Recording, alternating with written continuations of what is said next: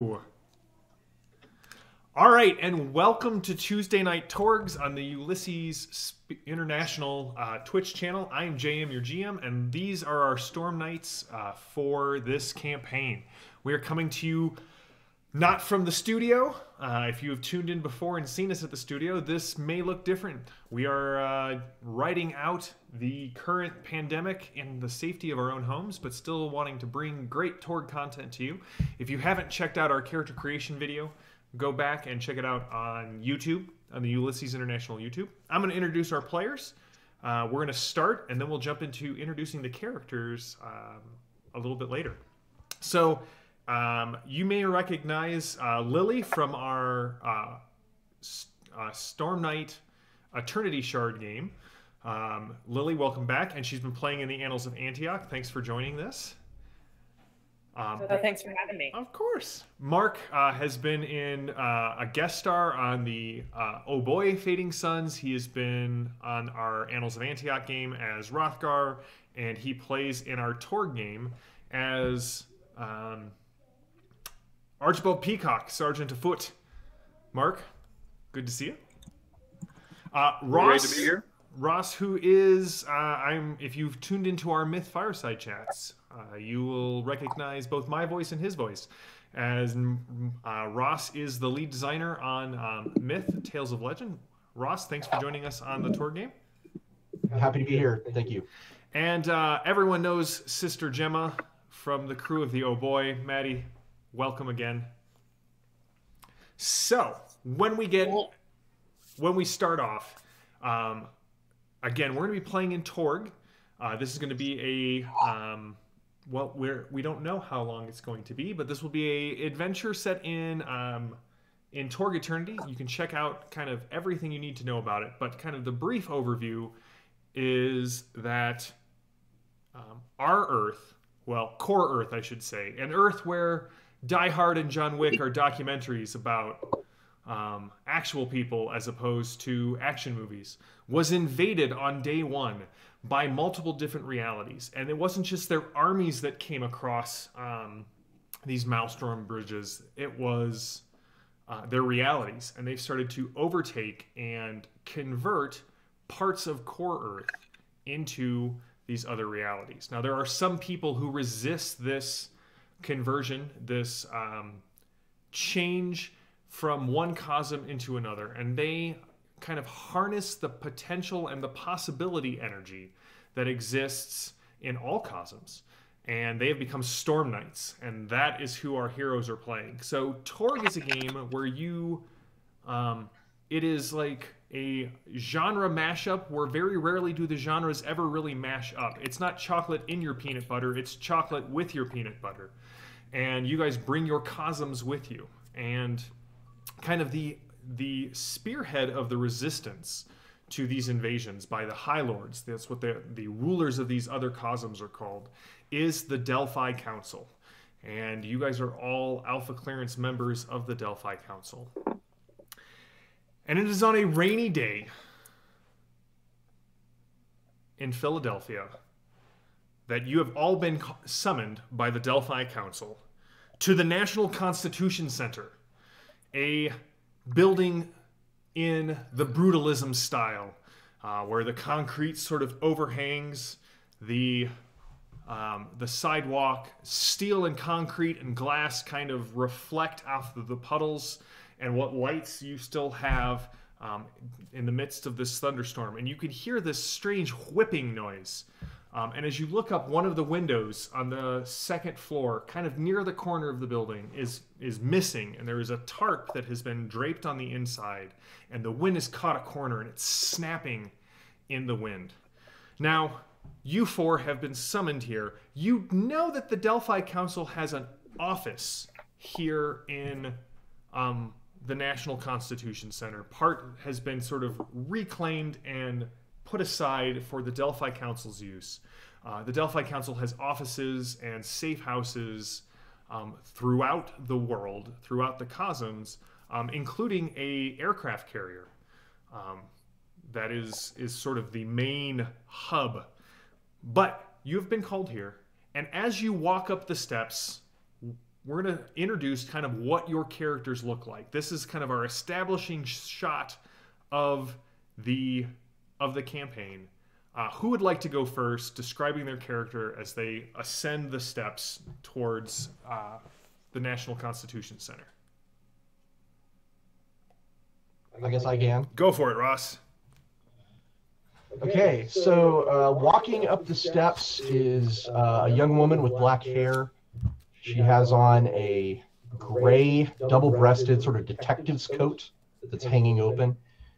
There is a crimson scarf wound around her neck and a similarly crimson domino mask that covers her eyes, and a wide-brimmed hat, which is kind of like a witch hunter's hat, like the pilgrim hat, you might imagine. And it sort of matches the coat that she's wearing. Gear-wise, what stands out is she has a pair of brass-finished 45s and shoulder holsters that are on the exterior of the coats for easy access. And there's a strange brass box sort of hanging off of the pocket on this side with one of those thick CB-type cables that runs up into her collar. And she sort of pauses as she looks around near the entrance just to kind of keep an eye out. You might even say she looks a little suspicious before she walks into the building. And that's Lady Salvo. Lady Salvo, as you kind of get up there, could you give me... We're going to have our first roll of the game as you guys kind of come up to the building. Lady Salvo, if you would give me a... Mind? A mind plus... Gotta have my bookmarks reset. Find roll, yes. A find roll, sure thing. Okay, well that was a pretty terrible roll. So the grand total is a fail. That's an automatic fail. It's a 1. Okay. But you look cool doing it, which is sort of the point. Really cool, but I totally am oblivious. Who would like to go next? Okay, I'm playing Anton, a young, nondescript male in his early 20s, has kind of a plain gray coat, nothing fashionable but very serviceable, a wool beanie, and he's standing by, since it's raining, and there probably isn't a normal downspout, but wherever water is running off the roof, and he has a glass jar and he's collecting water, has a M4 slung across his chest and an ammo belt. He just kind of looks around at the group, kind of keeps an eye on the street as he collects the water into his jar and then caps it, sticks it in a pocket.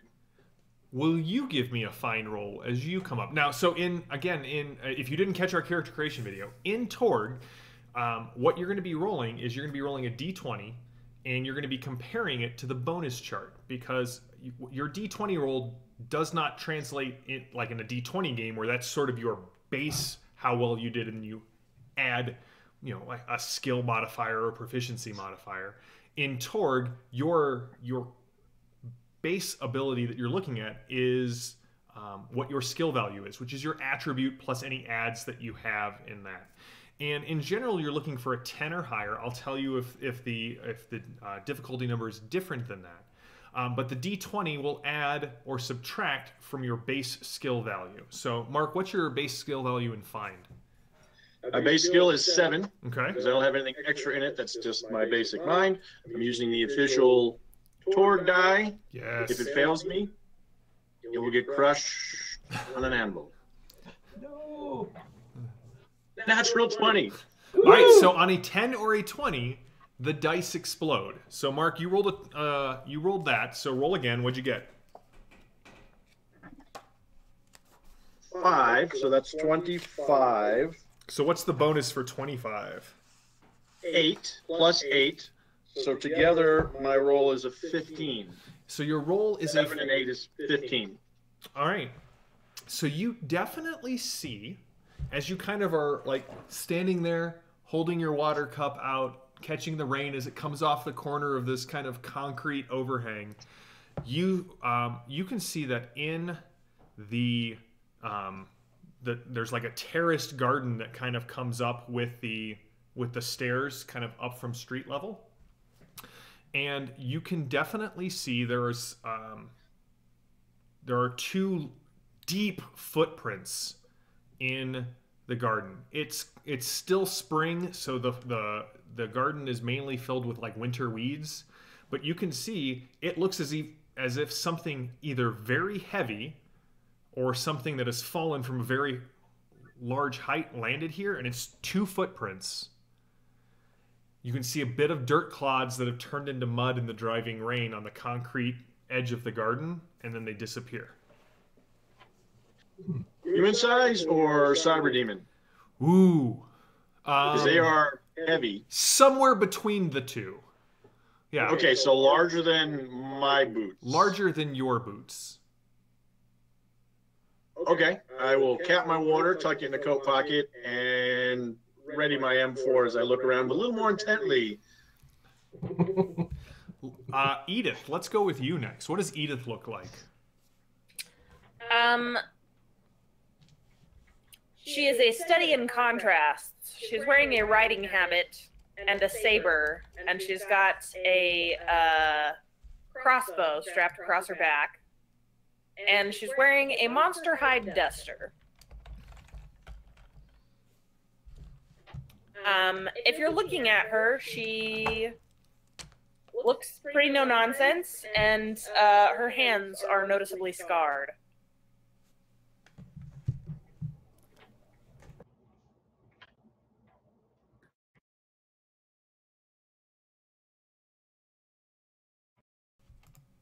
Uh-oh. Oh, can you hear me? And you're back. All right, sweet. Did I freeze? Not you. Well, I don't know. Cam froze and can't hear him. Can you hear me Okay. now? Can you We can't hear you, Sam. We can't hear you. Can you hear me now? Yes. Yes. Ah, all right.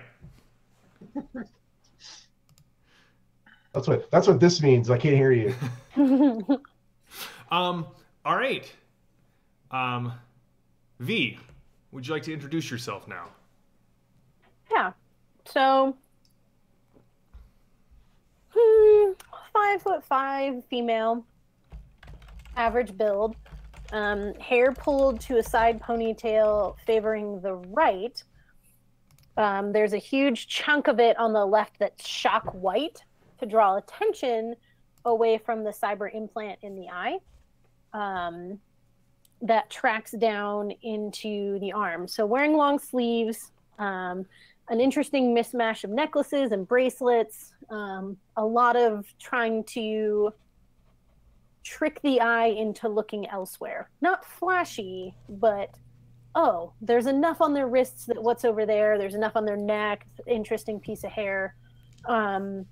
Otherwise, pretty nondescript clothes, kind of a sling pouch around her waist. All right. No visible weapons. All right.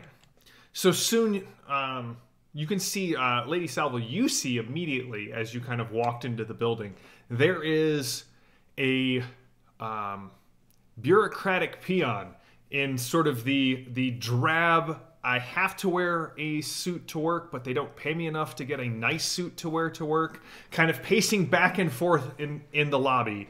There are several Philadelphia Police Department officers there.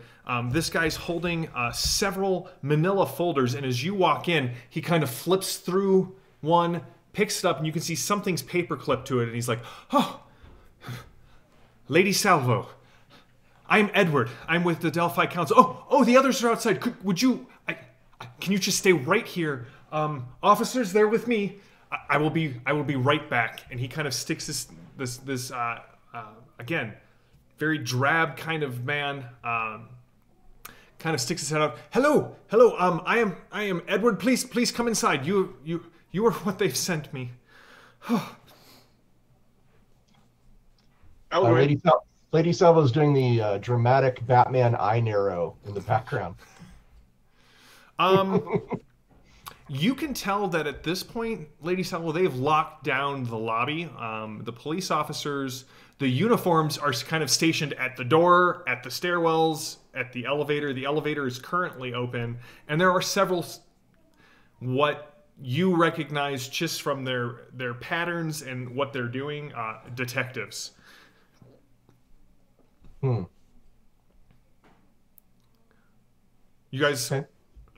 please. I go in. Oh, and Anton, is that correct? Yeah. Excellent. He shuffles your folder to the back, and Edith and You can call me V. V. Yes. I'm Edward. There will be a quiet laugh from Lady Salvo with that. I'm Lady. Oh, sorry. This is Lady Salvo. I am Edward Smith. I'm an assistant attached to the Undersecretary's office of Undersecretary Lights. She is here, and you see from behind the desk, the receptionist desk, 2 medical examiners ratchet up a gurney, and there is a cloth all the way from head to toe, and the body underneath is leaking into the sheets. They've got the head covered, and they start to wheel her away. We've had an incident, and I don't think she's going to make it. no, we need to go. I will explain everything in the elevator. And there is a one of the detectives kind of looks up and he's like, Smith, are these your consultants? Really, Mr. Detective. Detective, this is Delphi Council business, and I realize that there is a jurisdictional issue here, but this is the Delphi Council's property. Just the floor that you're on, not the lobby. I apologize. This detective... Question. Yes. No, Mark the Jam Yes. question. Yes. How far is the gurney from me? Just across the lobby. They're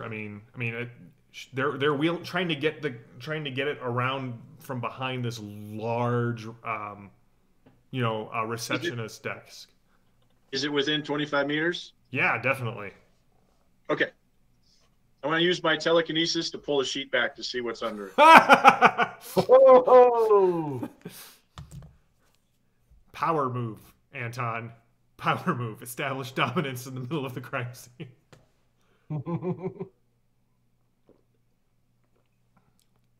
All right, give me a roll. Kinesis roll. A kinesis roll. Kinesis. Yes. Yes, it's a target number is easy, DN8. I roll that plus that. 11, I make it. All right, the sheet is not that difficult to pull back, and Yeah, the strength is equal to my mind, so whatever a strength of 7. you would be like definitely a- yeah, definitely could like lift an end of the gurney. Pulling a sheet back is I just want to pull a sheet. yeah. Are you doing it like quickly? Is it sort of like a slow reveal? Like a ghost. It just kind of peels back and rolls, not up in the air, just kind of peel it back on top of the body, so you feel from head to toe. So you can see there is a young gentleman in his early 20s wearing a much nicer suit than Edward. And he has definitely been shot multiple times with, well, you're guessing your weapon would do it. Looks like you've had some trouble here. This was... I'll say this to the detective. Oh, okay. You can see it says Denson, sort of. Yeah, we got the call about 35 minutes ago. This incident happened quite a bit before that. As I said, this is a jurisdictional issue. They've been stonewalling us. Right before the building was set to open at 6:30, about 5:45, from what the camera footage is that we've been able to pull. A team of 6 people broke in to here. They and he flips open his notepad. That is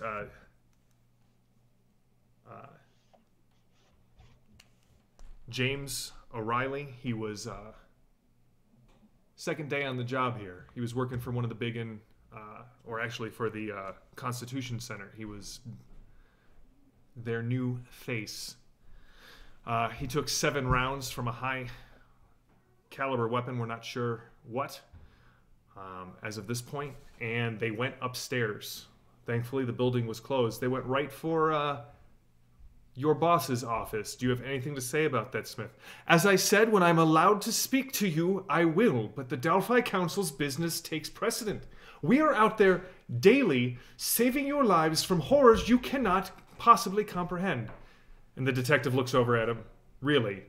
You're on the front lines doing this? Well, these people are, and they are with me.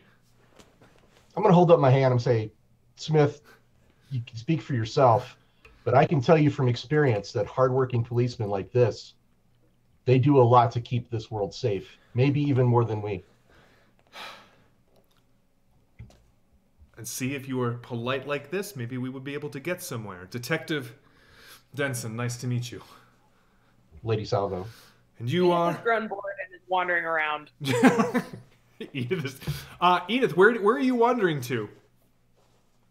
I want to look behind the desk. It is quite gory. You can see that the stone, the highly polished stone that kind of makes up the lower half of the walls on this floor, have been there are chunks missing from it, and there's a young lady who is sort of pulling bullet shards out of there. She seems completely unaware that she is kneeling in a rather large pile of blood, or pool of blood. Smith is clearly, like, you can see, like, he is flushing red. Anton, Vave, what are you doing?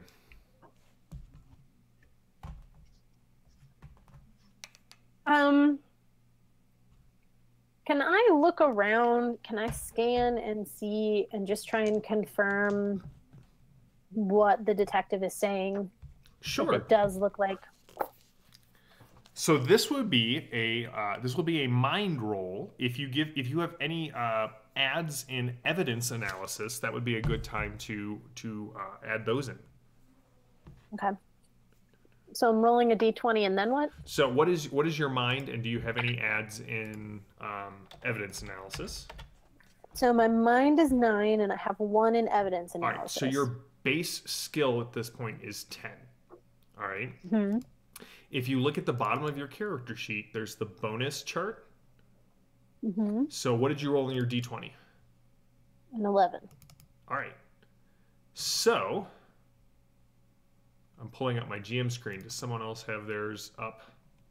11 is 0. All right, so you got a 10, which is sort of the base difficulty. Aha, now I'm prepared. So as you kind of look around, you can see the busted lock on the door. You can see the places that they're pulling the bullets out of the wall. And you can see little, now as you look, you can actually see the little like plastic cards with numbers on them at different points around the room. You do notice that anyone who tries to get near the elevator is stopped by the uniform officers. Okay. And then is there any surveillance system in here? Most definitely. Not. You don't know where the security footage room is, but you can see the cameras, and the detective mentioned that they had surveillance footage. Okay. How many stories was the building? It's about 3. Okay. And you said there was a hole with a tarp on the second floor. Exactly. Gotcha. What are you doing, Anton? I will ask Edward. Is your boss in danger? I kind of nod up, like up. Not anymore, and that is why you are here. Second or third floor? Second. Shall we? Lady Salvo, you were talking with Detective Denson. Yeah. Mostly, I just, kind of confirm a lot of the same things that you were just talking about with the, with the detective, yeah. Yeah, if there's cameras, blood, that something happened in the second floor, and all the same facts, just verbally rather than looking at things. Listen, I don't know exactly what jurisdiction you have here in the city, but he kind of reaches into his jacket and he pulls out a card. If you find anything new, keep me in the loop. I'll try and do the same. I'll look at the card. So keep in mind, I'm from No, I know. Okay, so I look at the card and I'm like, I'll do my best. He kind of, because there's probably an email address and there's probably like a cell phone number with like 12 digits. Yep. Both of which I'm completely unfamiliar with. So I just look at that and go, okay, and put it in a pocket. I'll do my best. I like we hear stories, so as much as I hate to say it, Smith can put you in touch with me. Thank you. And I'll just kind of turn and gracefully walk into the elevator. All right. They are with me, gentlemen. And Smith kind of walks in. We have comms. I asked the group, we have comms? And you can see I have a little earbud. Did any of you buy any? I mean, V can do that because of her cyberware. I pull out what sort of looks like an earbud that's connected to that really, really thick black rubber cable like you would see on an old walkie-talkie, and I put it in my ear and I say, sort of, but probably not exactly what you mean. I can provide radio equipment for you, Lady Salvo, and Miss just Edith. Edith, I assume you don't have any sort of communications gear on you. Okay, I will. I'm supposed to be running asset acquisition as well. Just semaphore flags. I don't know what a semaphore is for. Semaphore, I know. What is a semaphore? I understood that reference, says Lady That's right. 3 of you are like, semaphores! So he takes you up in the elevator to the second floor, and the second floor, the elevator stops, and then a panel opens up on the wall, and he puts his hand on it, and Lady Salvo and Edith, and you see this light kind of pass from his fingertips to his wrist. It flashes green, and the doors open up, and where the first floor was sort of a kind of the calm after the storm, right? Evidence has been collected and forensic techs are in there. Medical examiners are taking the body away. This floor is a frenzy of activity. There are people running back and forth. Most seem to be dressed in similar suits to Smith, but there are also some people who are dressed a little bit more casually. They're yelling back and forth, and they're yelling out, "Do you have 687B? No, I haven't been able to find that one either. Check the backups. They're all fragged as far as I can tell. We're checking the backups of the backups." And you can hear that whipping noise again coming from the door to, like, when you come out into a what seems to be a small cubicle farm. And on the far side of the wall from the elevator, in the corner, the glass, what used to be like a glass office, the blinds are just making this like plastic clicking noise and rattling as they get blown back and forth, and you can hear that same whipping noise coming from the other side. Every time the wind sort of catches and moves the blinds, you can see there are 3 people in that room, and there's a body on the floor as well. It's this way. I realize that you When are... will we summon? That will all be made clear when we go into the office. When were Before we... Why you, specifically? What time? Oh, what time were you summoned? You were all summoned... I mean, right now it's about midday. You were summoned in the morning. You were all in the area for a variety of reasons, which when we do a flashback scene here, I will ask you all why were you guys in sort of the New York area, which is around Delphi headquarters. But we'll get to that. It's a good question.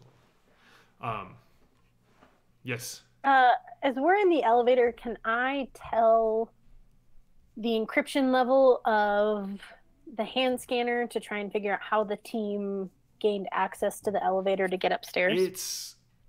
It's not GodNet level, right? But you know that people from the cyber papacy, Delphi agents like yourself, have provided the Delphi Council with sort of advanced Earth level security measures. I mean, it's a biometric scanner. Without really would you, well, give me They come in through wall. Give me a computer rule. I'm going to lean over to Anton and say, $2 says that they went out through the window. Dude. I look at the lady. Yeah, footprints outside. Really? 12. A 12?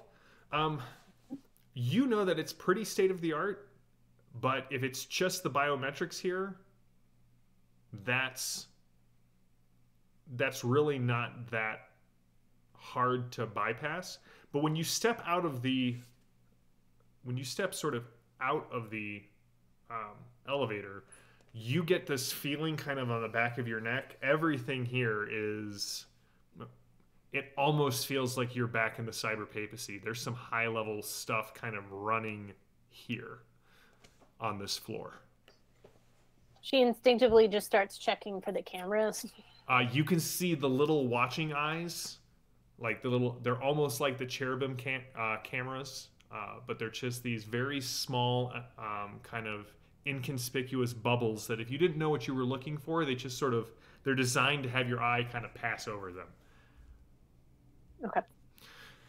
You guys were summoned because you were the closest, and because honestly,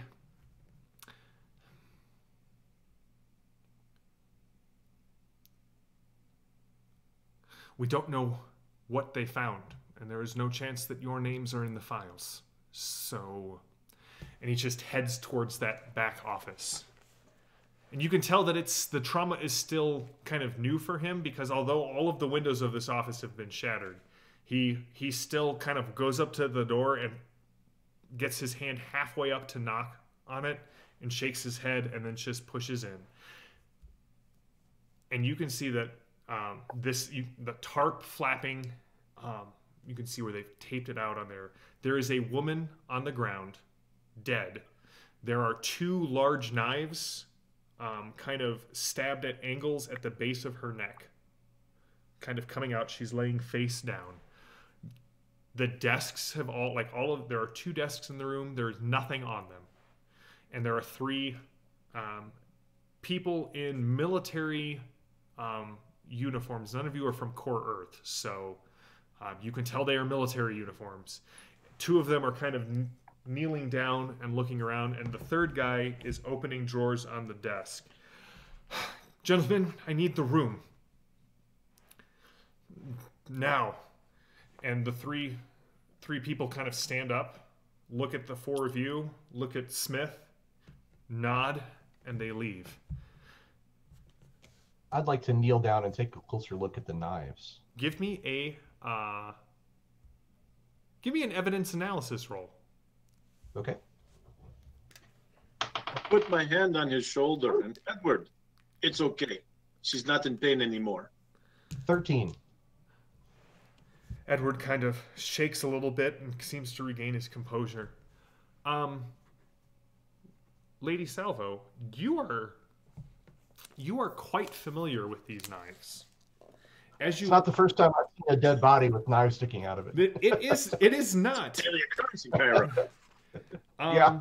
You are also very familiar with the battle knives used by shock troopers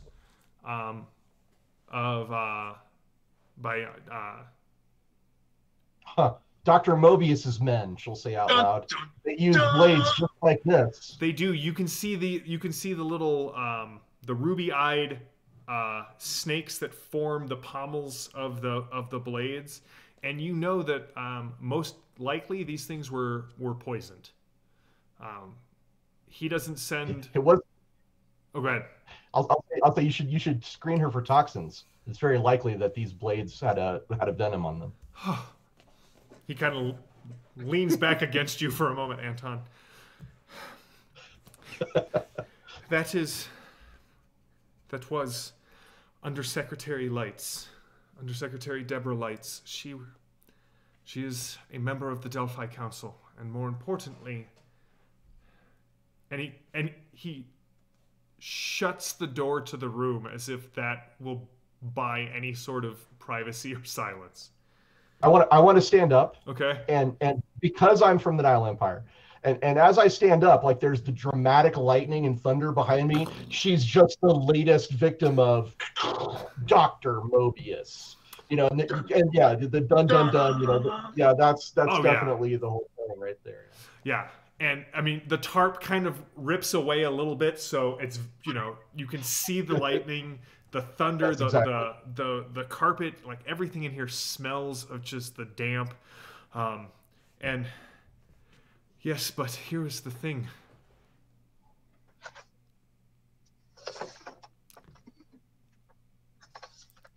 I will have to show you the security footage.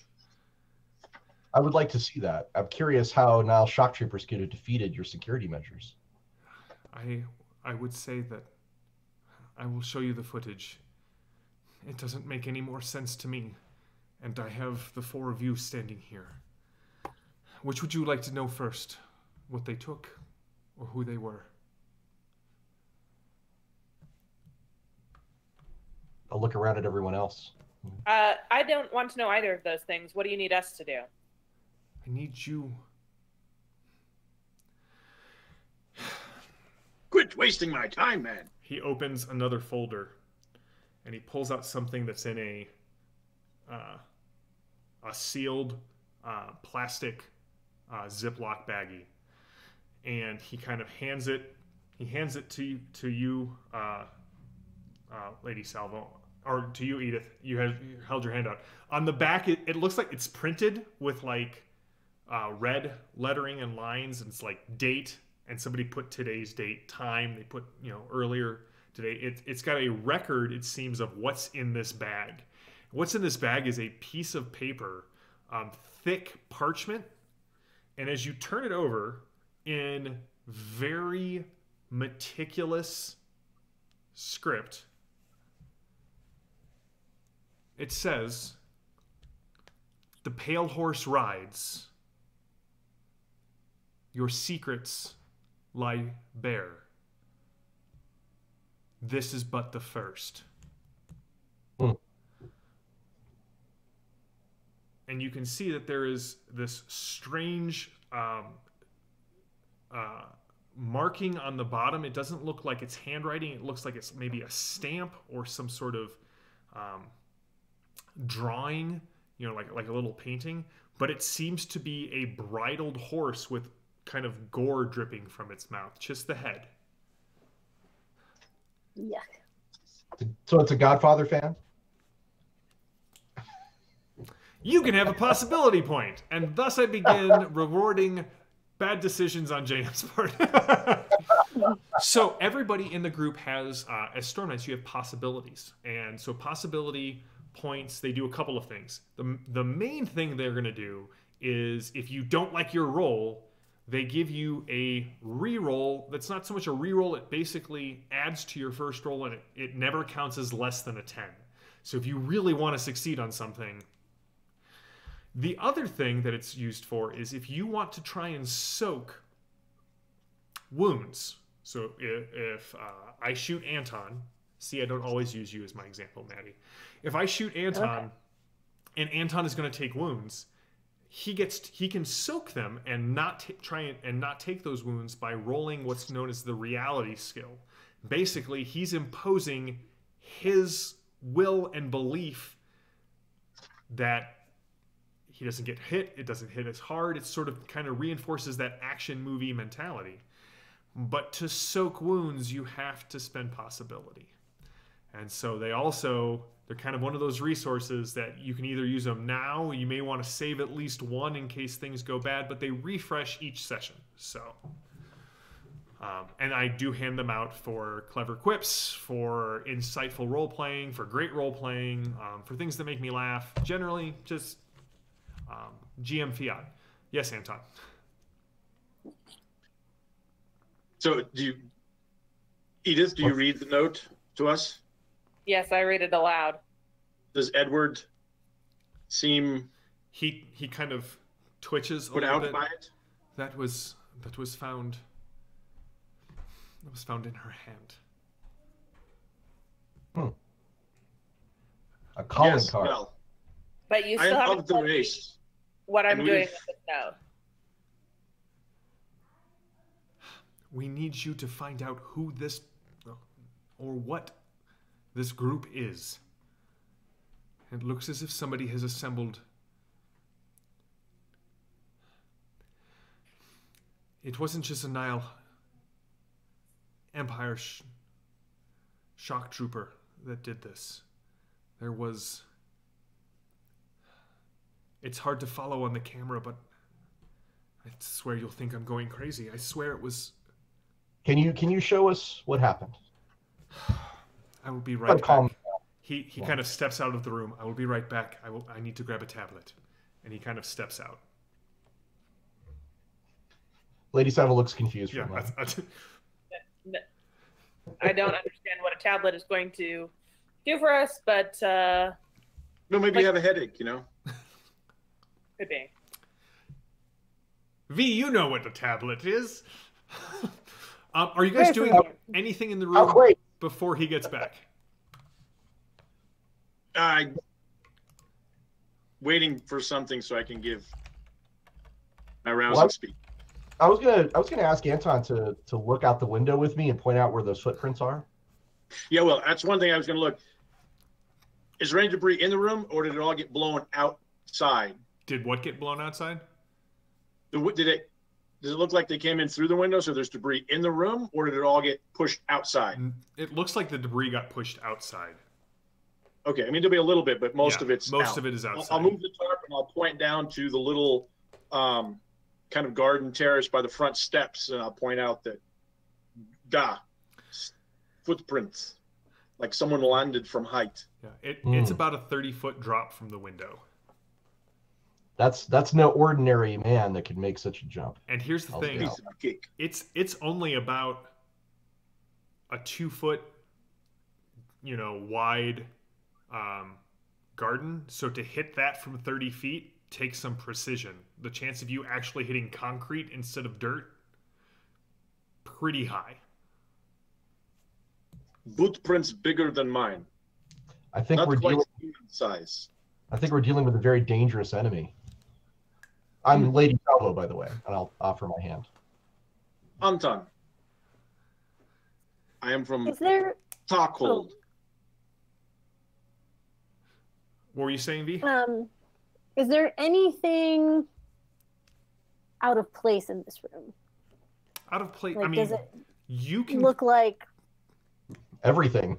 you can clearly see the desktops. You can see where it is very clear that, like, a computer monitor has sat for years and it's not there. And the desk has those kind of unworn patches where things would have sat, and they're gone. The bookshelves are still there. They don't look like they've been ransacked at all.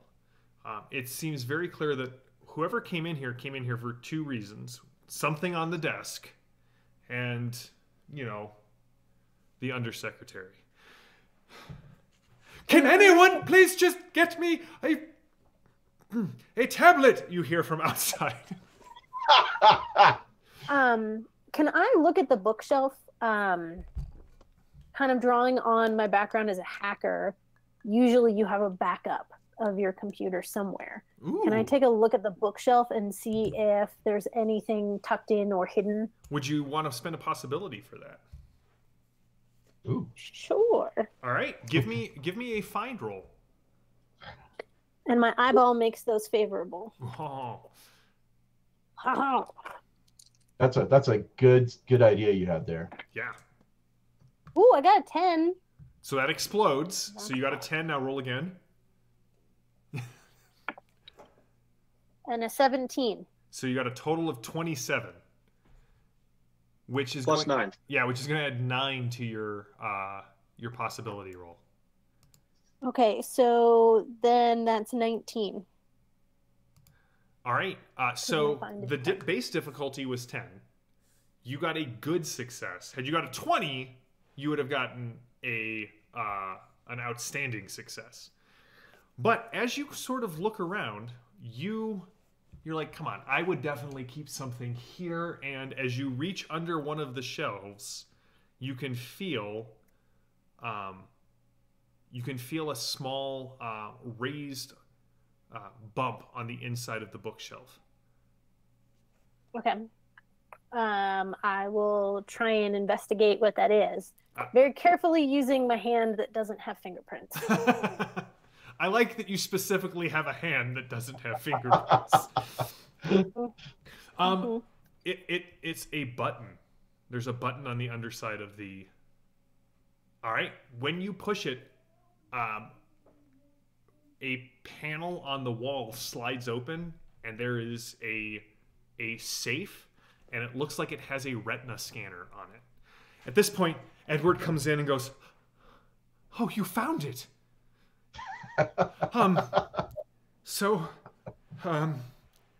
Well, we found it, but first, and there's a small cheer from the other side of the plastic blinds.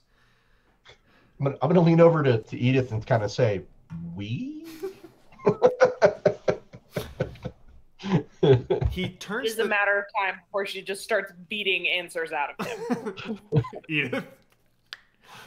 He hits play. He turns this what looks to be like a small rectangle made of glass and black plastic, and he touches something, and suddenly there is an image that moves across the screen, and you can see it seems to be astounding. A live rendering of what was in the elevator, and you can see the this is not there were the two elevators, the one that you took up and the other one that was sort of marked off. You can see something with claws push through the doors of the elevator and force them open. And 4 people... I knew there was a monster involved. 4 people get on. 2 are very large, like much larger. Like Anton's a big guy. They're a little bit larger than Anton. One, Anton, you see he moves with sort of the unpolished speed of someone who has received the Techno-Demon cybernetic upgrades, right? That Uncanny Valley, very inhuman, hasn't quite figured out how to use it. The other person who steps in has a cowl that's pulled up, but you can see their hands sort of shift down from something much larger and clawed and furred into more human hands, and he kind of cracks his knuckles. A woman walks in, dressed remarkably similar to Lady Salvong, not in like identical, but in the trench coat, 2 pistols clearly on the inside, kind of holstered much higher on her chest, and a mask that kind of covers her eyes. And you can see that she's got two blades sticking out, like the hilts of those two blades sticking out on either side. And when she calls for the third person, or the fourth person who enters, at first she says, you can just, there's no sound, kind of waves it in, and nothing happens, and the door closes, and then almost as if 1,000 little windows suddenly shifted and flipped, there is a fourth person standing in the elevator. They are all light and chrome is how they look, and you see they kind of put their hand on the scanner, and the light starts to pixelate and grow fuzzy, and that's when she notices the camera or she looks like right up at you in the screen. She just sort of snaps her fingers and everything kind of pixelates and goes to snow. Do I recognize the flickering? Oh yeah, that's definitely chameleon tech. Okay. It seems as if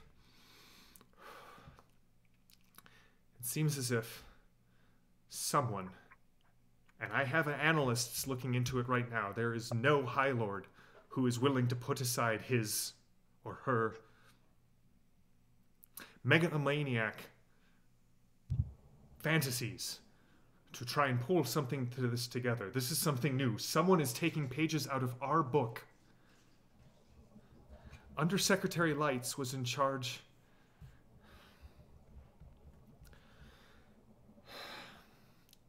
What you're saying is those are stormers.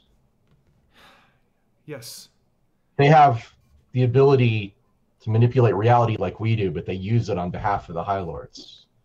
They use it on behalf of someone. And in this case, we don't know whom. But that makes them very dangerous indeed. Even more so when I tell you what they took. Undersecretary Lights was in charge of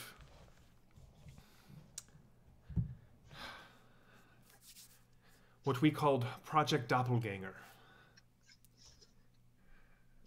We have you, we have our Storm Knights, Delphi Councils, and he gets this like far away look in his eyes.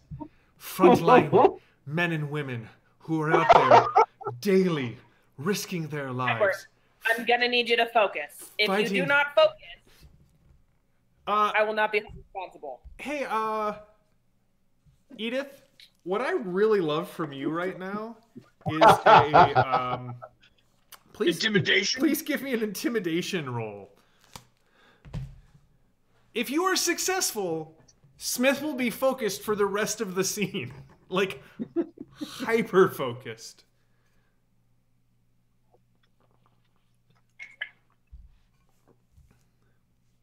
I get a 9. A 9 won't do it. Do you have any cards that you could spend, or would you like to spend a possible? I have a willpower card that adds to your charisma, mind, or spirit. This is a spirit test. It is a spirit test, but I might have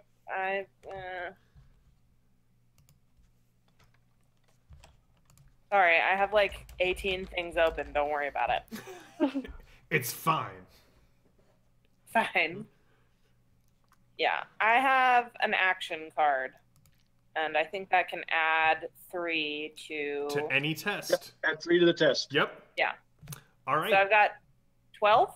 Yeah. So I'm sorry. You're right. Stay focused. Project Doppelganger is sort of the flip side to the coin. If you are the Storm Knights who we employ as the hammer and the scalpel, Doppelgangers are Storm Knights that we use them to infiltrate the High Lord's organizations. There are spies, there are undercover agents, there are hackers? Our hackers, our intelligence fonts. We have hackers within the Godnet who, for all intents and purposes, seem to be people within the cyber papacy. We have those who've undergone radical surgical augmentation and are in the gangs of Tharkold. We have... Oh, there's no way that could possibly go wrong. Okay, great. We have spies. What about them? They've stolen the data files for our agents in Project Doppelganger. Okay. Are you familiar with ciphers? Sure. Codes. Oh. Yes. There are two parts. There's the message, and there's the key. And the message they have, and the message is a list of our active agents in the field. With that, they could... But they don't know how to read it yet. They don't. Thankfully. Now, these people who stole it, were they part of the program? Not that we can tell. We have no clue who they are. Well, that is not entirely true. We know who one of them is. He kind of moves his finger backwards from left to right on the glass, and the image starts to reverse.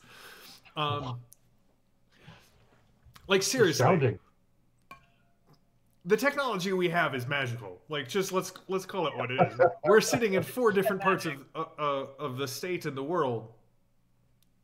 Yeah. He's like, you have to use your finger. That's right. How quaint. That's right.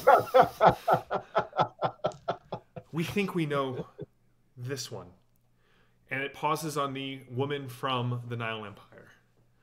She has been working for the last 6 or 7 months with I won't call him a neutral party, but we believe that there is as you so called him, Lady Salvo, a stormer who is not allied with the High Lords and is not allied with us. He is a purveyor of goods from the cosmos. I would call him a common smuggler, but he is anything from common. We have no clue how he is getting in and out of... Again, I apologize, Edith. I will stick to the point. The smuggler is a gentleman known as the Frenchman. He has his fingers and organizations and dens of iniquity throughout the cosmos and all of the realities. He has struck some deal with the High Lords of at least your cosm, Lady Salvo, and that of Isle. He is a little bit more circumspect in Tharkold, Anton, and as far as we know he brings goods out of the cyber papacy, but we don't know how he gets them in and out. He has a proclivity towards riverside hideouts, if you will. If we were in the Nile Empire, I'm sure you would call it a villainous oversight or something of some sort. A dramatic flair. But she has been working with him for the last 6 months. Does she have a name? They call her Lapis. Like the stone. Like the stone. It was Not like believed. It was believed that she was, she was a member of the Delphi Council, but we believe she was either corrupted or a double agent. Some things went bad with some Storm Knights in the Nile Empire, and we didn't get all of them out. Those that we got out, we were able to, and we thought that Lapis was one of the agents that died. But she has recently surfaced again. So these 4 people, they came here, they killed your boss, yes, and they stole the list of agents. Where can they find the key to decode that list? Thankfully,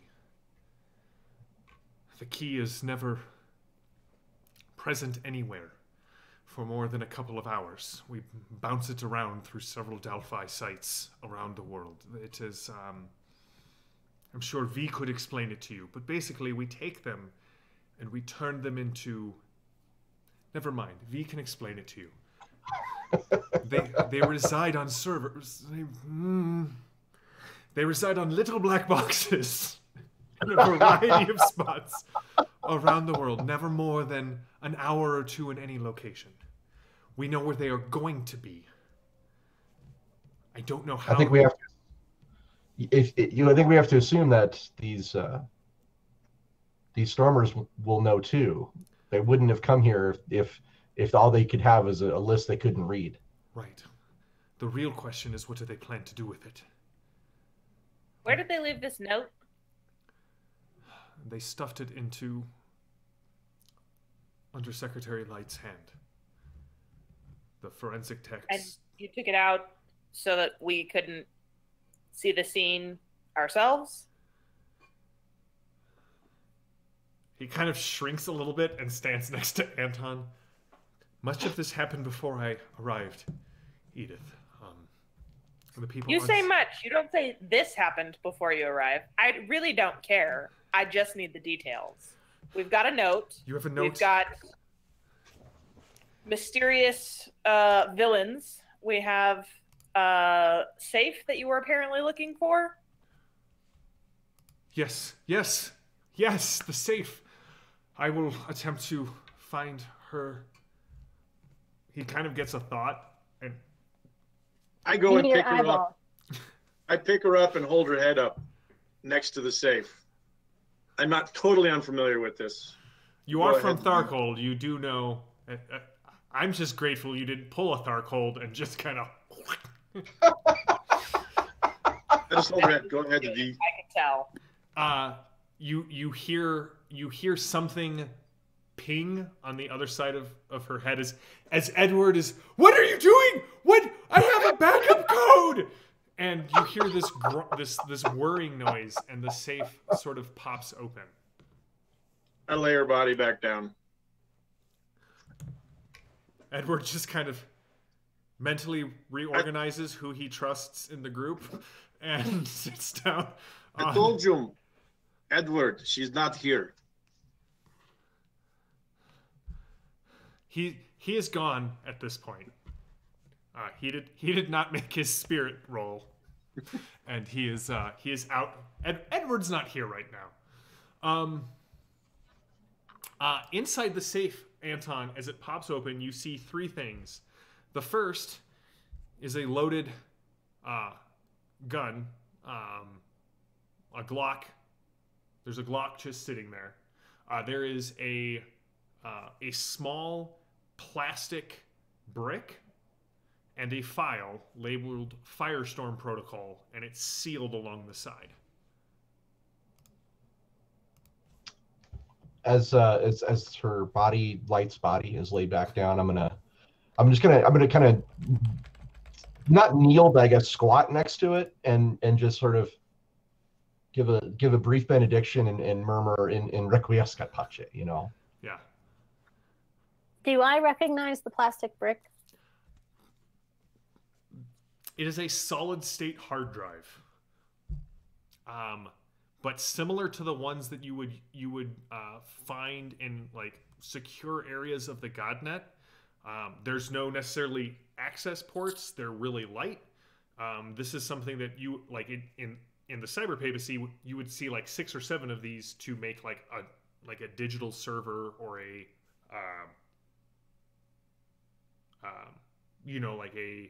they would run hard light, hologram projections, that sort of thing.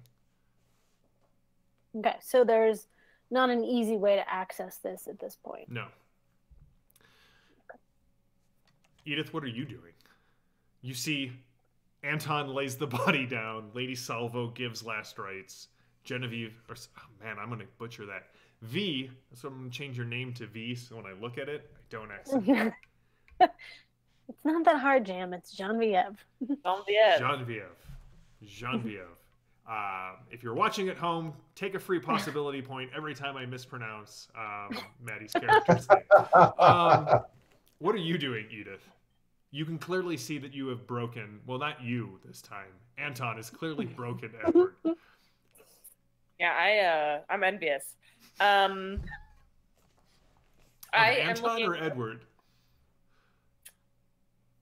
I'm guessing Anton. The ability to break him so easily. So I'm wandering the office trying to look for any additional information I can glean. All right, give me a find roll.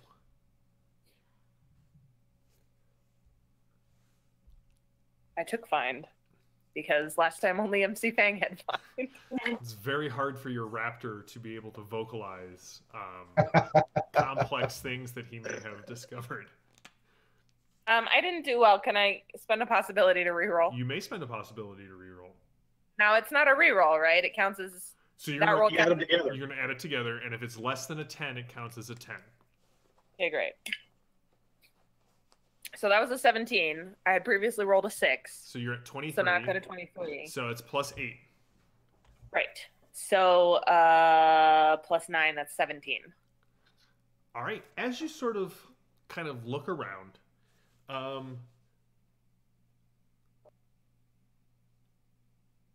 you kind of, step over the body around Edward, looking kind of at the backside of the desks for the first time, having kind of moved around there. And you and as you look down, there is a sort of a discarded piece of paper, kind of crumpled up, not like mashed up, right? But like you might have put it in your pocket, and it, in the pocket of, say, like a Monster Hunter duster. Indeed. And as you kind of spread it out, you can see that it has. It's kind of hard to make out. It looks like there was very light ink printed on this thing. There's several dollar amounts. It looks like maybe a food order, but it clearly has the Bell Inn printed across the top. Okay.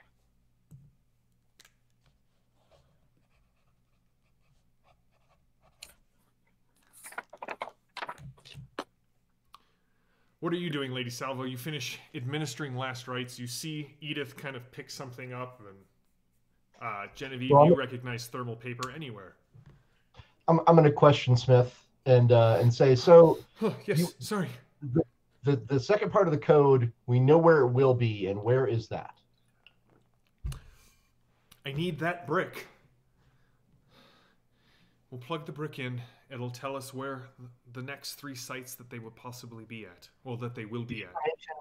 The information is inside the brick. Yes. I've inadvertently created a Zoolander scenario. Oh, it's in the brick. Yes, we have to attach it to one of our computers, and it will be able to decode what is going on. I see. If you get me set up with a station, I can begin. Yes. Ernie, and you hear, it's Ernest. Get in here. And this guy comes in, hair kind of red hair pulled back into a ponytail, thick glasses, pocket protector. What is it, boss? Oh, and Ernest or Ernie kind of steps back out of the office, and you definitely hear retching sounds. Edith, can you help with that? Yep.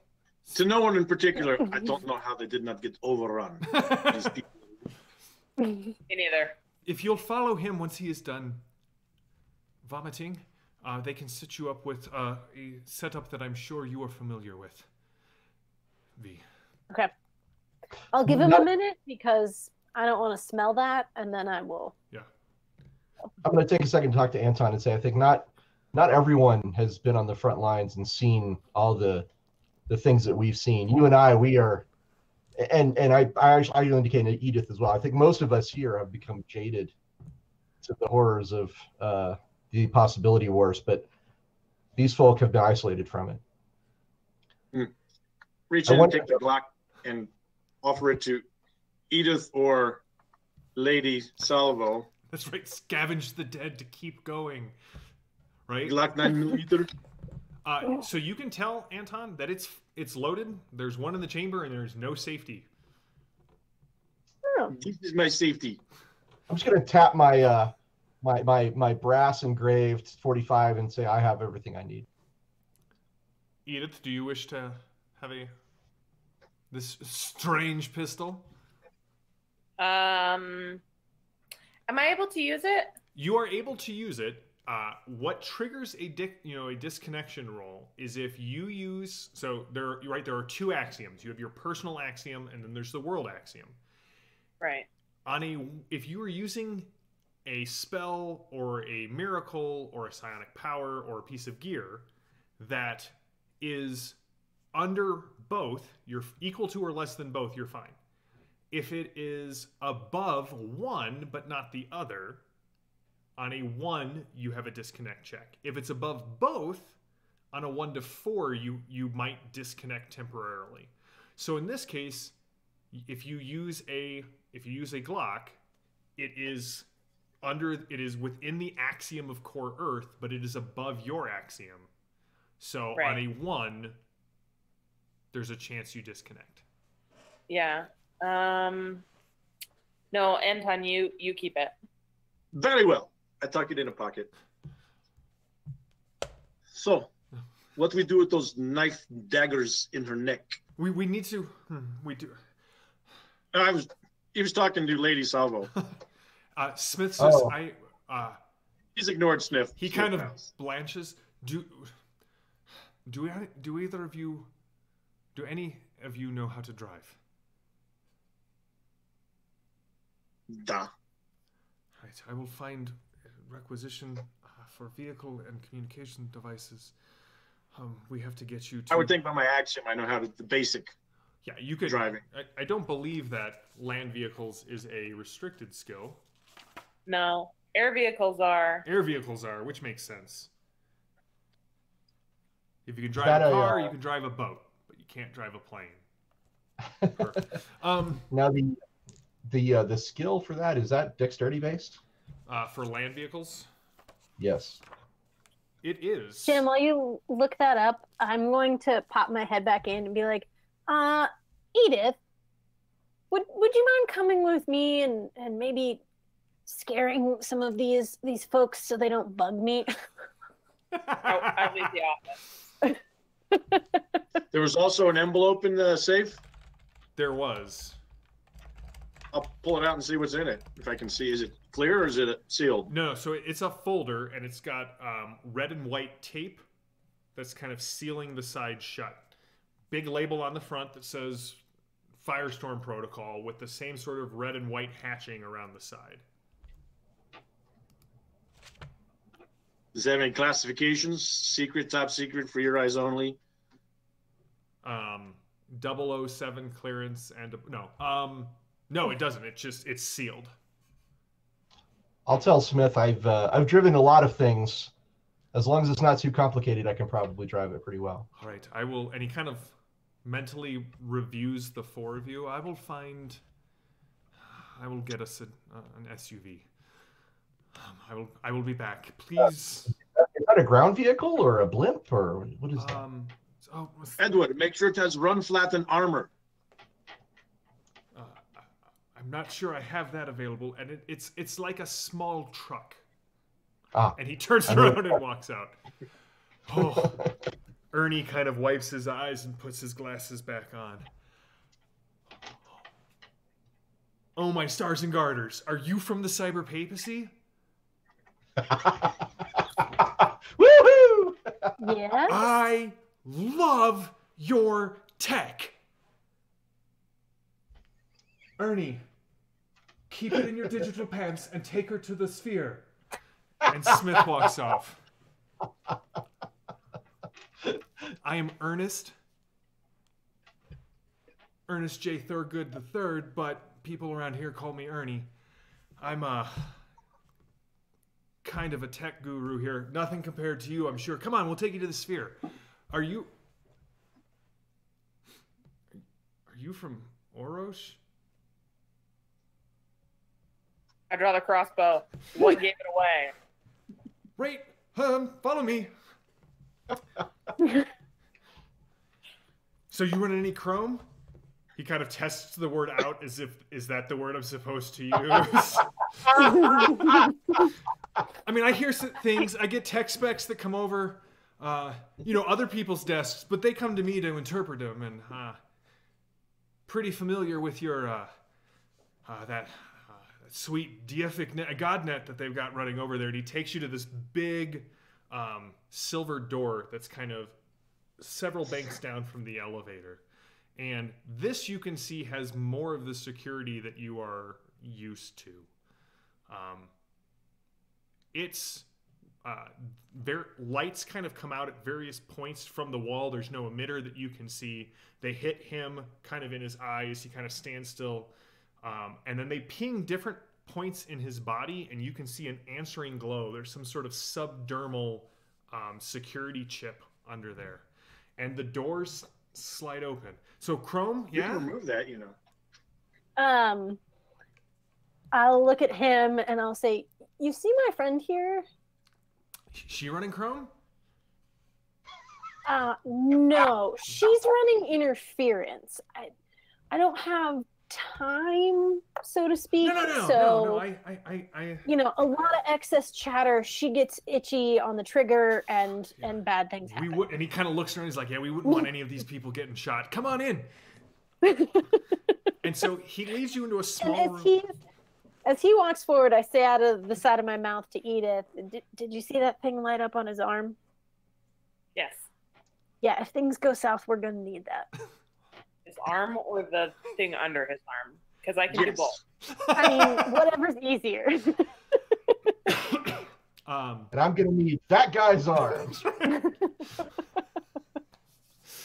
So he leads you into a small observation deck that has very sort of, I'm sure it's bleeding edge technology for this world.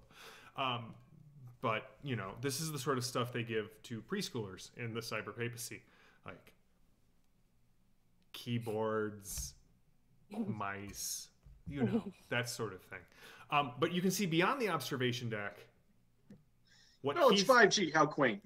What he calls the sphere is just a silver ovoid that has been built into this building that is essentially a hard light computer.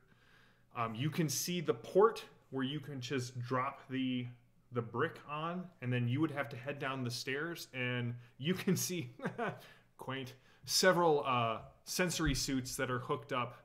You've got all of that technology integrated into you. You can access whatever is projected out there and project it in real time and interact with it as if it is, right? Hard light is what it sounds like. It's a hologram that you can touch. Okay. Do I see anything that's going to... anything that's going to track more than we would want to be tracked? Like, is there any way to... Give me a computer roll. And we will come back. Hold on to your roll. I'm going to jump back. Let's do your roll, because in Torg... So in Torg, between cards and possibilities, it's never just as simple as the GM saying, "Hey, give me a roll and I'll be right back." So we'll establish your results, and then I will jump back over to Anton and Lady Salvo. That was real poopy, so I might use a possibility to re-roll it. So it's not a re-roll. You're gonna get to roll it. Or add again. Yeah. I don't possibility think... to roll and add, which is awesome. Like, at some point, I would love to play Torg.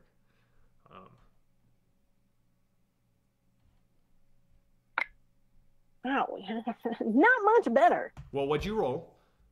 So first time I rolled a 2, and then I rolled an 8. So the 8 counts as a 10. So your total is 12, which is a 0. But what's your base skill? 12. 12. All right. So you pass. Okay. There's nothing tracking on this software, or on that brick. In fact, the reason they probably use that cyber papacy tech is because this is the only place that you know of in this cosm. I mean, you don't know what other sites like this Delphi has, but this is technology Axiom 26 tech. So, as the data starts pouring in, you realize that so kind of coming up in front of you, and Edith, you see this hard light displays. It displays the world, right? Round.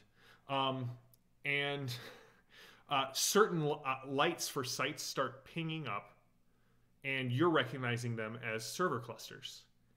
And you can see sort of running behind it is an algorithm that is taking into account all sorts of real-time data. And as you watch, you can start to figure out where the next set of locations that the key will be at. I will come back to you here in a second. So Anton and Lady Salvo, you are alone in the room with the body. Anton, you had just asked, what are we doing about those knives? I'm not sure. I'm going to study those knives a little more carefully. Do they look like they're pretty much just a knife, or... I suppose I'll grab one and sort of pull it out and take a really nice close look at it. All right. So, as you take it out,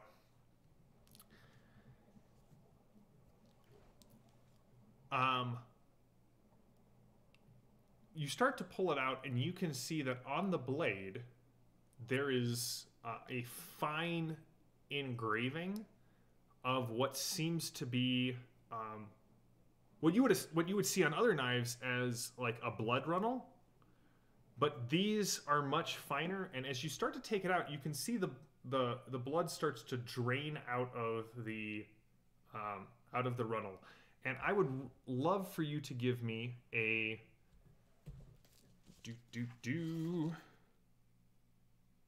You have science, yes? I have scholar. I don't have science. Okay.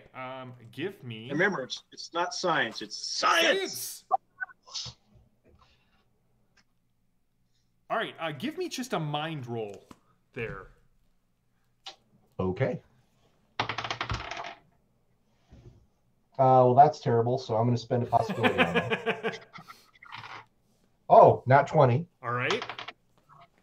So that's a 34 all told, plus 10, so 17. That was a good possibility. That was a good possibility roll. All right, so 17, that is a good success. Oh, and okay, because I'm from the Nile Empire, when I spend my possibility, Anton's radio kind of starts to crackle, and he kind of hears that weird sort of fuzzy, and there in the background there's a guy going, "This just in, Lady Salvo and her Storm Knight allies are on the case." I'm going to give you another possibility for bringing that in. Yes, when you do that, like, you can add things from how your cosm sort of filters into this one, because you're carrying, right? It's not an invasion. You are carrying like your personal cosm with you. So Edith, when you spend a possibility, maybe things get a little spookier, or you hear that wolf howl like in the middle of downtown Philly, kind of, what's going on there? Anton, you're probably a lot of sulfur and brimstone following you around. It smells like home. You know, somebody gets extreme radiation poisoning. I don't know. Whatever you want to do with it. So Lady Salvo, your mind. Just to clarify, the guy on the radio sounds like an old-timey newsreel. Oh yeah, dude, you know. Yeah, like a 1930s pulp radio drama. Yeah, that's right. What evil lurks in the minds of men? Lady Salvo knows. Right, exactly. As you're watching, you can see someone has laced this knife with, well, I mean, you are familiar with sort of the pulp science of the Nile Empire. And your mind is working faster than sort of like your subconscious is working faster than your mind is kind of processing this. That's a trigger. If the blood runs out of the blade, something goes off. Somebody said, I'll very carefully put it back in and very carefully unwrap my hand from it. I say, those weapons are trapped. As you look out would activate something. Yeah, as you look at it, you can clearly see there's a seam on the hilt of the dagger. That's insidious, I'll say out loud. A booby trap on the weapon itself. I can help with that. Be my guest. And Lady Sevo step back, Is but it she'll say, but be careful. Is it a big boom? He doesn't Did know. I get the impression? Yeah, I don't get the impression it was an explosive, or did I? You said I saw a seam. You see, yeah, there's a He seam didn't on the pry dagger. it. You could pry the hilt open if you wanted to. You'd have to be careful. Okay, well then in that case, Let him in another room. so this is an office, right? Yeah. I'll grab a pen. No. And We can do this. We can do this. Out to the doorway. Telekinesis. I will pull the daggers out and drift them outside the building in case they explode. That. This Okay. is me just scratching my head. I'm not reacting in any way. All right. So yeah, I'll for a second I look like I'm about to try and disarm it, and then you're like, I can just throw them outside. I'm like, oh, all right. And I stand up and walk out of the room. Yeah.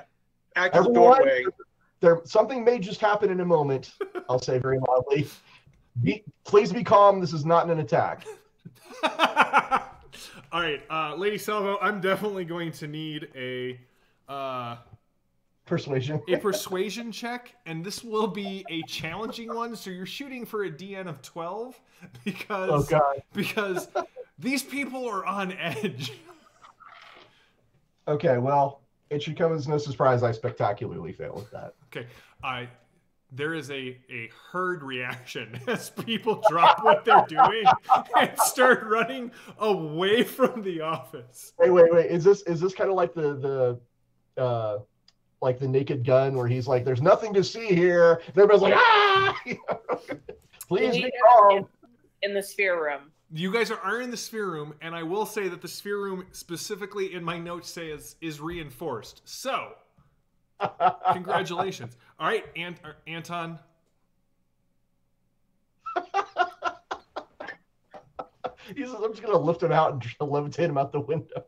Just If chuck you him. roll a 1, I can still spend a possibility to reroll, right? No. That's a crit fail? Okay. Were you asking in No, a it's my hypothetical situation, or were you? No, I rolled a 1. That's like, Really, oh, I'm really wait. glad you came with me. All right. That was for my telekinesis to make it activate. Okay, so it doesn't even activate. Yeah, no, but I critically failed, so I don't know if you want to give me a headache or. Oh, I'm definitely going to give you a headache. Yeah, I think you suffer shock. That's for, just what I was thinking. If you failed, you definitely take some shock. Unless you said I didn't say I kept it because it's a concentration. I guess once you start it, you can just keep it going until you start doing multiple things. But I didn't. I just moved the sheet and let it go. All right, so you take 2 shock. You are very stymied, and you have excessive bleeding from your mouth, nose, or eyes or ears. So, Lady Salvo, you turn around and Anton is bleeding from his nose and his eyes. And are you all right? And as very Yeah, I'm stymied, okay. Leave Dagger alone.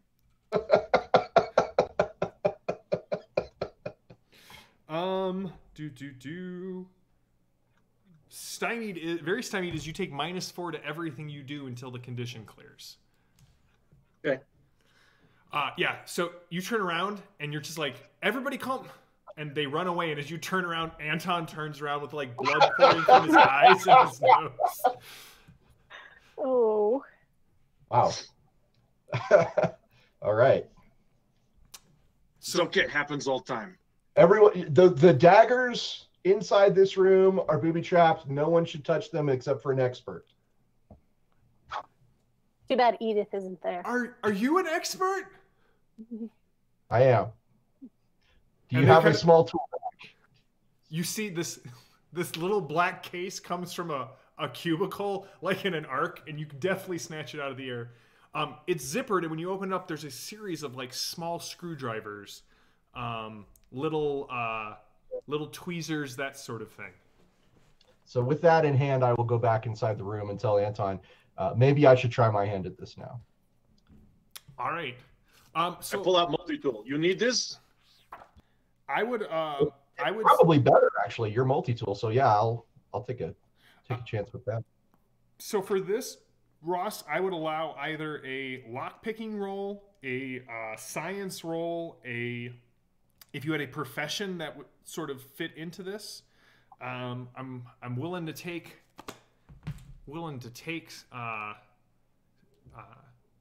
I'm open to skill suggestions. I think lockpicking is exactly where I would go with Go this. for it.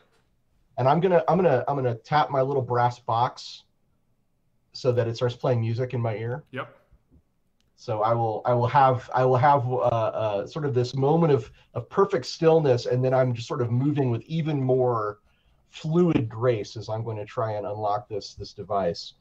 So this is going to be a lockpicking roll. And oh, that's a good roll. Okay, that's +5. That'll be a blackjack 21. Nice. So that is an outstanding success. Ah, I should have played second chance. You should I have. could have played a card. Second chance is a great card. Yeah, I like having the cards in front of you where you can see them. It's like, no, but it's okay. Won't be the first time or the last. So, Lady Salvo, I'll describe your outstanding success, and then you can put any spin on it because you got an outstanding success. That's how I do skills. I kind of give players choice on an outstanding skill success. So if there's something you want to add thematically or ask a question on top of it, please feel free to do so. You get in there with the multi-tool, and you sort of break apart the glue that's holding this together. And the case eventually, I mean, very slowly, you kind of work your way up this thing and around, and as you kind of pull it off, you can see that there are two, inside the hilt, there is, it's been packed and weighted with plastic explosive. And you can see that there are two metal rods, and essentially the blood in the runnel has pushed the rods up. And if the runnel went down, they would go back down into the. Can I just pull them out of the? You can bricks totally then? pull them out of there. Yeah. You are. I mean, you're familiar with like potato masher grenades and such. Each one of these is essentially a grenade's worth of explosive. Oh yeah. That's diabolical, she'll mutter under her breath and just sort of pull it out. Now, is that true for both daggers? It is true for both daggers, and with an outstanding success, you're able to pop both of them open and deactivate both of them. Okay. And I'll pull the device out of my ear and shut it off and hand you back your multi-tool. Thank you. They're safe now. All right, jumping over to the sphere. V. You can clearly see that over the next, this data is going to be in 3 locations over the next 52 hours. Currently, it's bouncing around, but it will rest in New York at the Delphi Council's kind of on the aircraft carrier, like the stronghold of the Delphi Council, for 2 hours. 28 hours from now, if that makes sense. So hour 28, 29, 30. 37 hours from now, for an hour, it'll be in a Delphi Council field office in Tel Aviv. And 52 hours from now, it'll spend 3 hours in Moscow.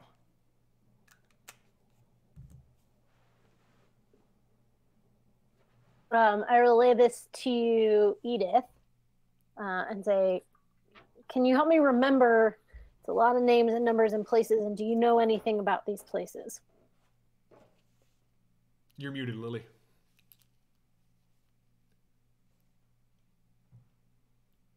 Yes, and I got so excited I clicked out of the screen. No, but I'm guessing Anton could tell us about Moscow. Oh, very true. Lovely blaze in the spring. And then do we need to Do you think we need to go to these places, or do we just need to know this is where the key is so that they can't decrypt it? Well, so I'm going to tell V about the scrap of paper that I have found. Okay. It's the bell in. I think that's the best first step for finding whoever these mysterious malefactors are. And Ooh, that gets a possibility point. That was awesome. Good alliteration. Thank you. We need to find out more information about them. We have no reason to believe that they know where the key is going to be at this time. We do know that they will be looking for it or information on it.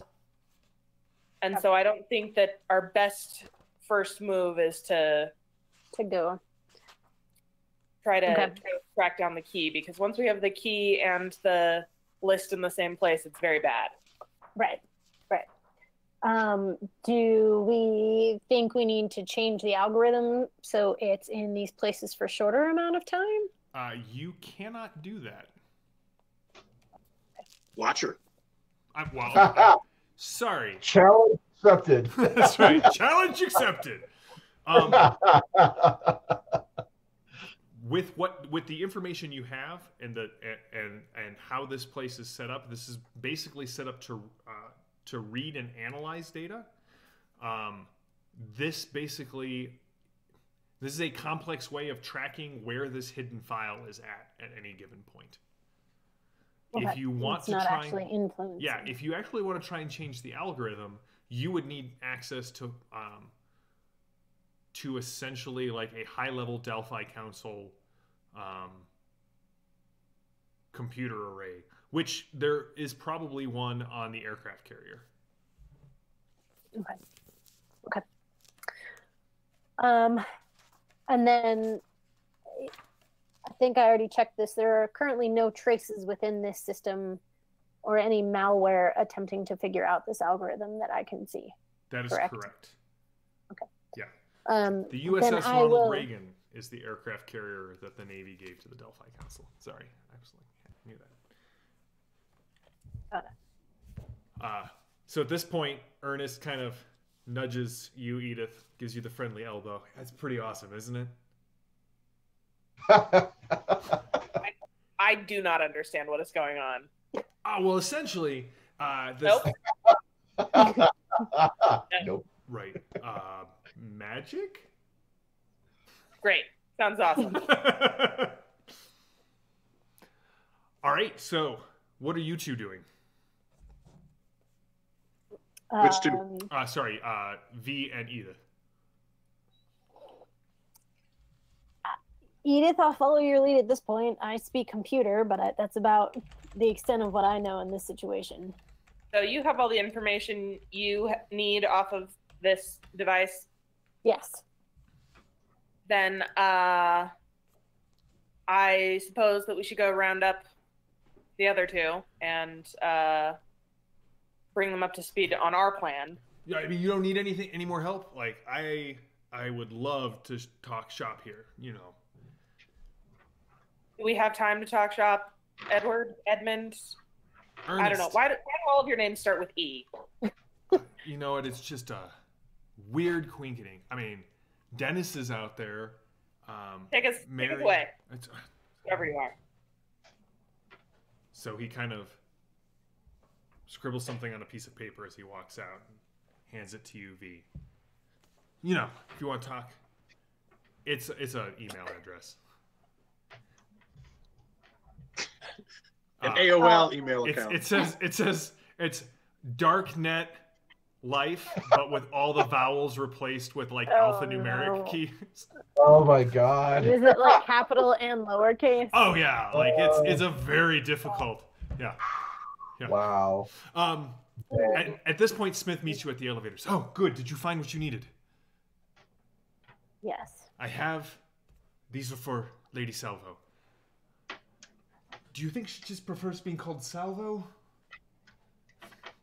I haven't Smith known her that long. comes back into the office with Edith and V in tow, and he tosses you a set of keys, Lady Well, Salvo. so when they walk in, they're going to see Anton and I standing next to this Oh, body. that's true. These daggers open and like what are obviously bombs that have been disassembled. I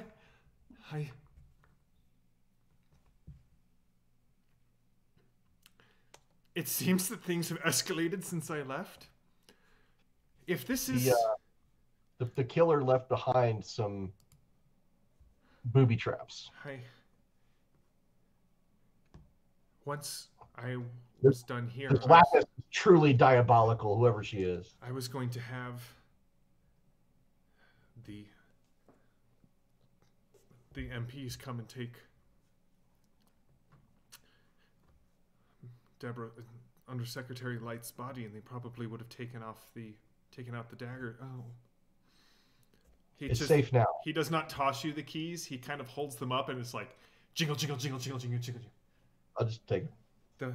If you Is he genuinely upset? Because it's starting to feel like he's overacting just a smidge. This is your GM trying to convey it across the screen. Well, I mean, you can give me a roll. Okay, what am I rolling? Give me a mind roll.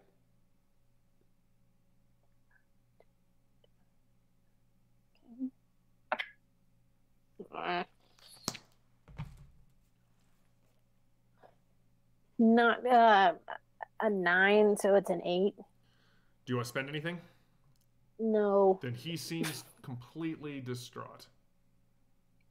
So, Edward, Yes. was your boss here by herself? How come Yes. there are no other bodies? She always came in early. I was on my way up from the parking garage. I guess I missed them by minutes. They went out through the window, as I'm sure you can tell. I'll look at Edith and say, did you find any leads?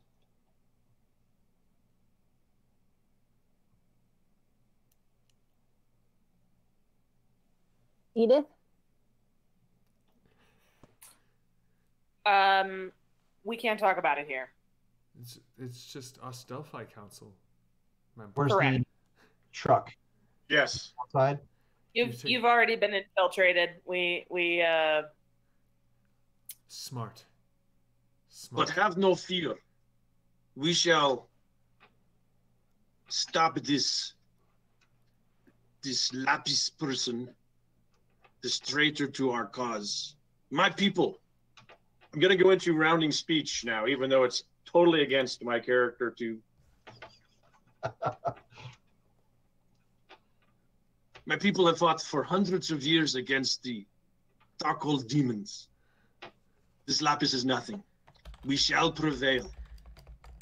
And everyone gets 2 possibilities. Woo! All right. I spend my Cosm card. All right. I have discarded your Cosm card there, Anton. All right. So It is crossed off the list. if you take the, he's like, smart. If you take the elevator to LL, it'll be the only car down there. I've put 4 communication devices, and he looks at you, V, cell phones, in the car. They have each other's numbers, and they have my number in there. I'm running point on this. When you find something, please let me know. If you need anything, Out of character?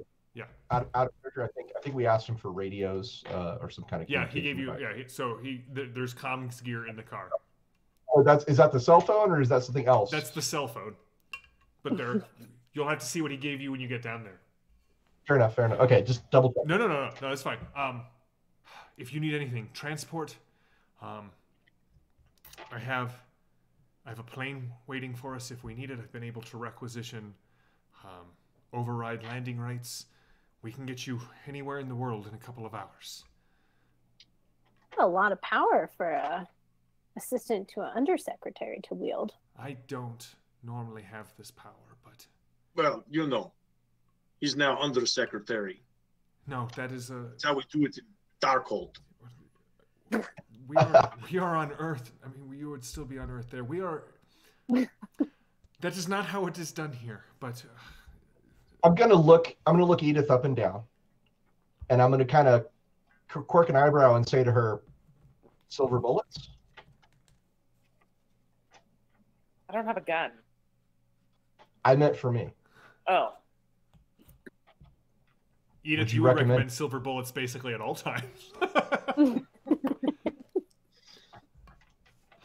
Silver-tipped bolts, however. Well. I turn back to Smith and I'm like, I will put the requisition order in. Do you need 45 room? caliber grade. Okay. Do you need rooms here now, or do you have a clear place to go next? Okay. Yes. Call me if you need anything. The vehicle has got a full tank of gas. I was able to get bulletproof windshields and run flats. Armor plating is a little hard to come by on short notice. As far as I understand it, we have not initiated Firestorm Protocol. But if that happens, I will send you a text, a message on the communication device, in which case the powers of this office expand exponentially. Good luck. And he just kind of, like, with that, like, all of the strings seem to have been cut, and he just sort of slumps down. I'm gonna tap the Anton's got that folder, right? He does have that folder. I'm gonna kind of tap that folder with my finger and be like, have we looked inside that yet? No. Do you know, Edward, what is in this? I don't know exactly what's in that, but and he kind of holds out his hand. No, I put it inside my coat. It is the directives if we have to instigate Firestorm Protocol. It is... Very good, then we will know what goes on. I have a copy of that. Good. Listen, most of it's not going to make any sense to you. They are high-level orders, directives, lists of people to call and give protocol numbers to. But if you think it'll be It's helpful... okay. Ah, it's okay. Be good with numbers. I think we've done all we can here, I'll say. And then dramatic thunder. We should go. All right. LL? Assuming nobody else wants... Is there anyone else who wants to do anything in the scene here? Just as we're leaving, I'll point out all the surveillance cameras to Edith. Like, this is what they look like if you ever want to not be seen. You just take that out. With your crossbow. Oh. Mm-hmm. I mean, it could be effective. I do have one quick thing. So I'm introducing myself, just FYI, to everybody. Okay. And in the elevator, I just want that brief moment where we have like the muzak, you know? Yeah. And I'm standing next to Edith, and I'm just going to kind of do this thing where I look at her a couple times and then go, nice coat. And that's where Thank we'll you. pause I it made it myself. for tonight. This is the end of Act 1. When we start up, I will ask you guys where you are headed, and we will discuss kind of what's going on there. But for completing Act 1, I'm going to give you all 5 experience points.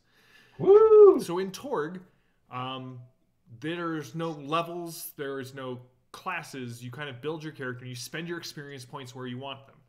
So to level up a new skill, it'll be the level you want in experience. So if you go from 3 to 4, you would spend 4 experience points. Attributes are twice as expensive.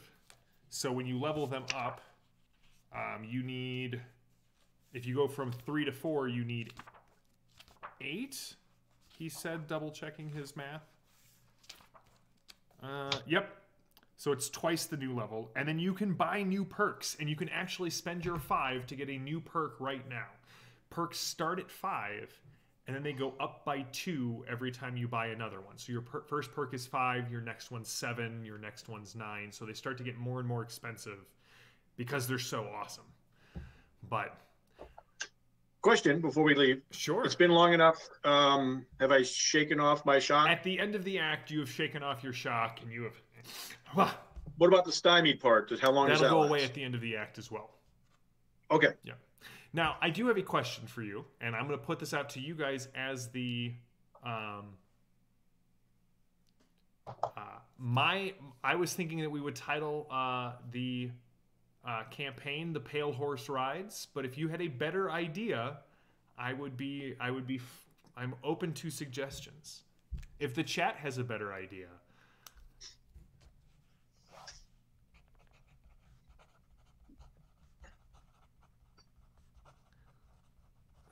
Well, there are 4 of us, so we could be the 4 horsemen, quote unquote. But Ooh, 4 horsemen against the. Now I'm thinking 9 walkers against the 9 riders. I like the horsemen. Like the adventures of the horsemen could work as well. All right, let's hold on. We've got a bunch of notes from the chat. Yeah, let's see what chat has to say. Someone said things go boom. Part 1. It's good. I like it. But I think we're going to go with the 4 horsemen. They almost went boom. They almost went boom. Well, thank you all for playing. I hope you had fun. Thank you all for watching. I hope you enjoyed. Check us out on YouTube. We'll be back Thursday night with our Fading Suns game, wrapping up Annals of Antioch. You can see us on Thursday. Ross and I are going to have another campfire chat for Myth. I know there was a heretical musing for Fading Suns. The Ulysses International channel just has a ton of content to go explore and find out about the games that Ulysses is doing. I know people have been posting pictures of they're getting their their Isle boxes and stuff for Torg, which makes me so excited. I cannot wait to have that in my hands as well.